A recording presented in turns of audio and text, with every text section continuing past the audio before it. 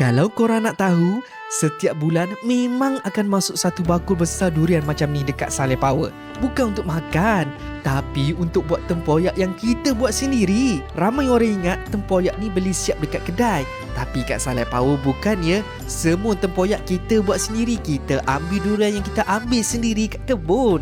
Setiap kali lori sampai, memang penuh satu bakul. Tengok ni, masing-masing excited durian sampai. Durian kampung ni memang pilihan sebab isi dia pekat, wangi, tak berair, dan bila diperam, tempoyak dia jadi tak terlalu manis, tak terlalu masam, just nice untuk masuk dalam masakan.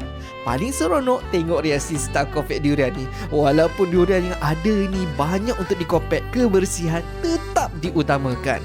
Jadi, kalau korang nak rasa masakan tempoyak yang betul-betul original kami buat sendiri, datanglah ke Saleh Power Jalan Kebun Shah Alam. Cuba sendiri rasa masakan kat sini. Baru korang faham kenapa rasa dia lain dan kenapa ramai yang repeat makan kat Saleh Power ni.